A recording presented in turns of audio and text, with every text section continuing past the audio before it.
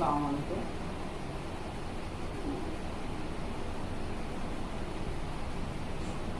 আশা করি সবাই সুস্থ আছো। আজ আমরা সপ্তম শ্রেণীর ইংলিশ ফর টুডে থেকে অ্যাটেনশন ইউনিট 1 অ্যাটেনশন থেকে লেসন 2 আউটসাইড মাদ্রাসা থেকে শিখব। অর্থাৎ লেসন 1-এ আমরা শিখছিলাম যে ইন দ্য ক্লাসরুম, অর্থাৎ শ্রেণীকক্ষে আমরা কিভাবে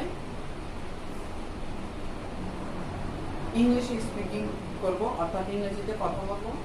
আর আজকের লেসন 2-তে শিখব যে কিভাবে আমরা শ্রেণীর বাইরে বা মাদ্রাসার বাইরে ইংরেজিতে কথা বলবো, অর্থাৎ how we can speak in English outside Madrasa.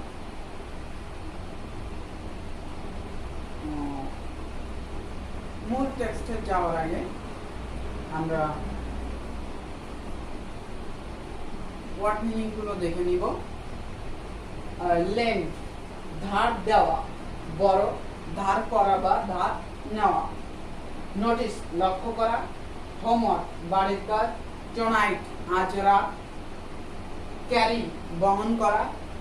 Wait অপেক্ষা করা। গুড অ্যাট দক্ষ। টার্ন অফ বন্ধ করা। গো অন চালিয়ে যাওয়া। চেঞ্জ ফর ভাঙতে। এই শেষ চারটা অ্যাপ্রোপ্রিয়েট প্রিপজিশন, এটা মুখস্থ রাখতে হবে সব সময়। যখন তোমরা অ্যাপ্রোপ্রিয়েট প্রিপজিশন করবে তখন এগুলো কাজে লাগবে। তাহলে টেক্সটে যাওয়া যাক। অ্যাক্টিভিটি ইয়েতে listen and read their short conversation. এই ছোট্ট কথোপকথনটি শোনো এবং পড়ো। এখানে মূলত একটা নয়, এখানে 3টা কথোপকথন আছে, অর্থাৎ 2 জনের মধ্যে কথা হচ্ছে, একজনে একটা করে উক্তি দেওয়া আছে। এরকম 3টা কনভারসেশন আছে। প্রথমটা হচ্ছে ফাহিম এবং তামিমের মধ্যে। প্রথম ফাহিম বলছে, can I borrow your pen please? আমি কি তোমার কলমটি ধার পেতে পারি? Tamim, yes of course. Tamim, হ্যাঁ অবশ্যই, ইউ ক্যান। হ্যাঁ অবশ্যই তুমি পারো, অর্থাৎ এখানে অফ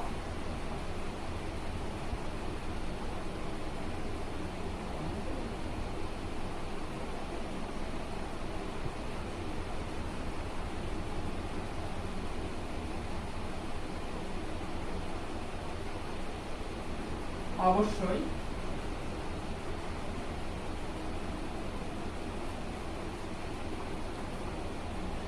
হ্যাঁ অবশ্যই, ইউ ক্যান তুমি ধার নিতে পারো বা ধার পেতে পারো।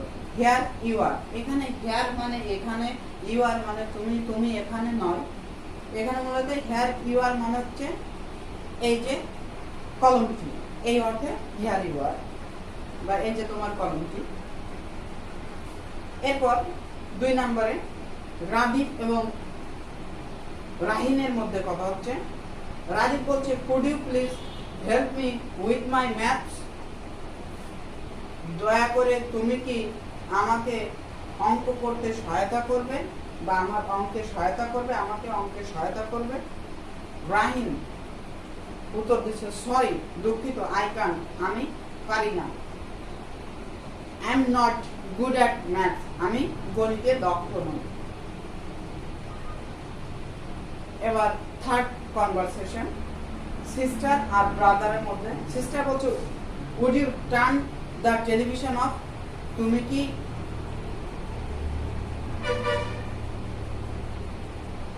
টেলিভিশন অফ করবে বা বন্ধ করবে? I am doing my homework আমি আমার বাড়ির কাজ করছি। Brother, sorry I didn't notice that আমি সেটা লক্ষ্য করিনি। Please go on with your study, তুমি তোমার পড়ালেখা চালিয়ে যাও। তাহলে এখানে মূলত আমরা কি বুঝতে পারছি? খেয়াল করলে দেখো যে ওই যে can I borrow your pen please, would you please, would you, এরকম প্রশ্ন দেওয়া আছে। আর এই প্রশ্নের উত্তরে ইয়েস হলে ইয়েস, আর নো হলে এখানে সরি দিয়ে ইয়ে করছে। এখানে মূলত এই যে ক্যান, কুড, উড এটা ব্যবহার করা হয় প্রশ্নের মধ্যে আন্তরিকতা, সম্মান বৃদ্ধির জন্য বা ভদ্রতা সহকারে, অর্থাৎ জেন্টলম্যান স্পিকিং বা ভদ্রযোচিত যে কথাবার্তা সেখানে এগুলো বেশি ব্যবহার করা হয়। আর এটাকে আরেকটা নাম বলা যায় যে এটাকে প্রম্পট করা বলা হয়, অর্থাৎ কোনো কিছু চাওয়ার আমি যে চাচ্ছি এই আমার চাওয়ার মধ্যেই একটা সুনিপুণতা থাকবে, যার কাছে চাবো সেজন্য আমার চাওয়ায় আকৃষ্ট হয়। অর্থাৎ আমরা বাস্তব জীবনে যখন কোনো কিছু লাগবে এভাবে প্রম্পট করে যাতে কথা বলতে পারি, মূলত তার জন্য এই তিনটা শর্ট কনভারসেশন। এবার activity B, complete this dialogues, এই ডায়ালগগুলো সম্পূর্ণ করা using suitable word. You let me your English book for a day,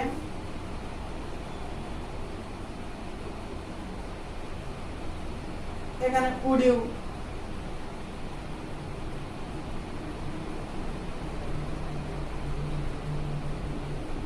would you বা could you দেওয়া যেতে পারে।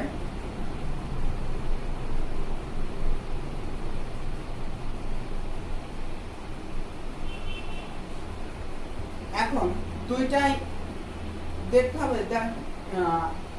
তোমরা যদি কনভারসেশন গুলো খেয়াল করো, দেখো কুড ইউ প্লিজ আছে কিন্তু উড এর সাথে প্লিজ দেওয়া নয়, সুতরাং এখানে উড দেওয়াই শ্রেয় হবে। আরেকটা জিনিস দেখো, ক্যান ব্যবহার করেছিল কখন? যখন বড় ব্যবহার করেছিল, অর্থাৎ নিজের কথা যখন, তখন ক্যান। আর যার কাছে চাওয়া হচ্ছে যখন তার কথা হবে তখন কুড আর উড ব্যবহার করা হয়। এখানে কি বলছে? সরি, দুঃখিত, I can't, I need to read it tonight, আমার আজ রাতে এটা পড়তে হবে। কুড ইউ গিভ মি টাকা 50, sorry I can't, I have only টাকা 20 উইথ মি। এখানে কুড ইউ প্লিজ দেওয়া যেতে পারে, যেহেতু প্লিজ আছে। Could you give me your calculator please, অর্থাৎ কুড ব্যবহার করলে শেষে প্লিজ দেওয়া যায়, আবার কুড ইউ প্লিজও দেওয়া যায়, সমস্যা নাই। আমাদের কনভারসেশনে কিন্তু কুড ইউ প্লিজ দেওয়া ছিল, ওটা শেষে নিয়ে গেলেও কোনো সমস্যা হয় না। Yes, I can, here you are. বা এখানে যে তামিম যে উত্তরটা দিয়েছিল ওইটাও সরাসরি ওই রকম উত্তর দেওয়া যেতে পারে যে yes of course you can, here you are, এভাবে।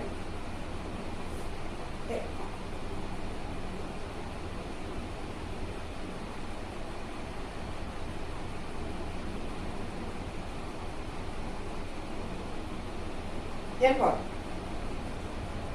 just you get me a notebook and a ball pen from the stationaries.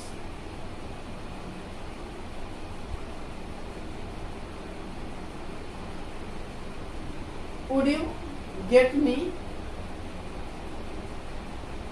a notebook and a, অর্থাৎ তুমি কি বা আপনি কি, এখানে যেহেতু জেন্টলম্যানশিপ, এখানে তুমি বা সে এরকম ইউজ না করে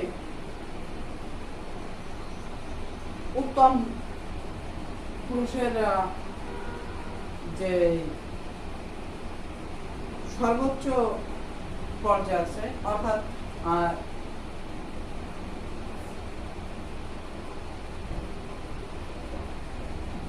ভুল বলছি, এখানে যে কোনো পুরুষের তিনটা আছে, যেমন তুমি, তুই, আপনি। আপনিটা হচ্ছে সম্ভ্রান্ত। এখানে যখন এই প্রম্পট ইউজ করে করা হয়, তখন অর্থটার সময় সম্ভ্রান্তকে ব্যবহার করা উচিত। কারণ সম্ভ্রান্ত করার জন্য, অর্থাৎ আমি যদি কারোর কাছে কিছু চাই, সে চাওয়াটার মাধ্যমে তাকে সম্মান দিয়ে চাইতে হবে, যার মাধ্যমে তাকে আকৃষ্ট করতে হবে। আমি বলছি, যাও এরপর ইয়েস অফকোর্স, আই ক্যান,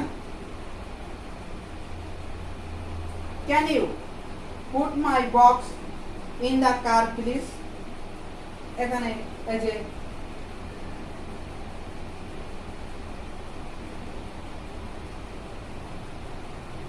এখানে একটা জিনিস, বক্সটা অন্য ক্ষেত্রে যখন ক্যান ব্যবহার করছিল, তখন কিন্তু যে ব্যবহার করছে ক্যানটা তার সম্পর্কে, অর্থাৎ সাবজেক্ট সে ছিল। কিন্তু এখানে সাবজেক্ট কিন্তু যাকে বলা হয়েছে, কিন্তু খেয়াল করে দেখো যে জিনিসটা কিন্তু যে বলছে তার।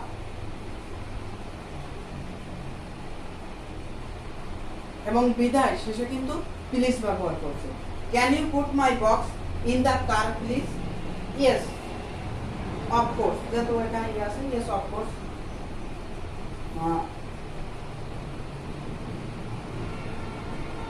আই উইল, যেহেতু এখানে আই উইল শেষে আছে ফুল স্টপের পরে, এর জন্য শুধু ইয়েস এর পরে অফকোর্স দিলে এনাফ।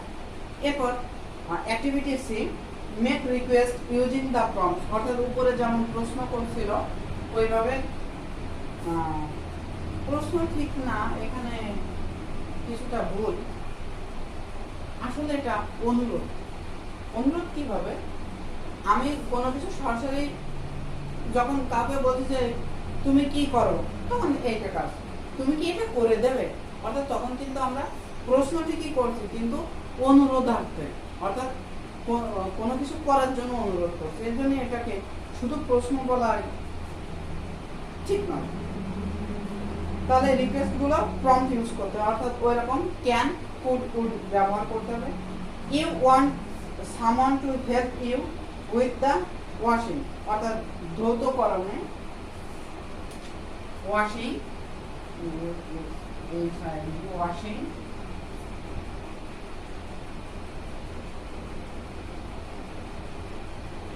ধৌতকরণ বা পরিষ্কারকরণ একটা বললে হলো, এটাতে সাহায্য করার জন্য। তাহলে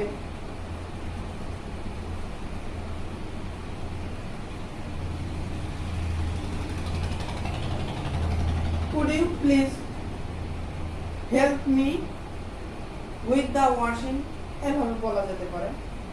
আবার would you help me with the washing, যেহেতু এটা প্রশ্নটা আমাকে বা তোমাকে করা হয়েছে, সুতরাং তুমি যখন বলবা তখন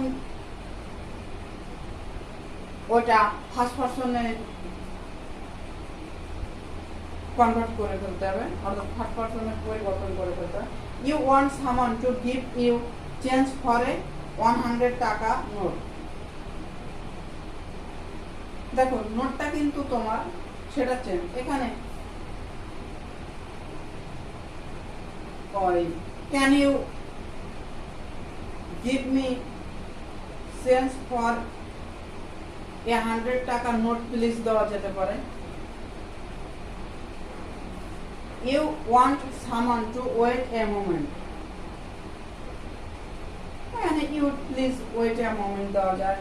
আবার could এর সাথেও প্লিজ ব্যবহার করা যায়, বা could you please wait a moment, এটা বেটার হয়। You want someone to carry your bag, can you carry my bag please? would you someone to call you a rickshaw?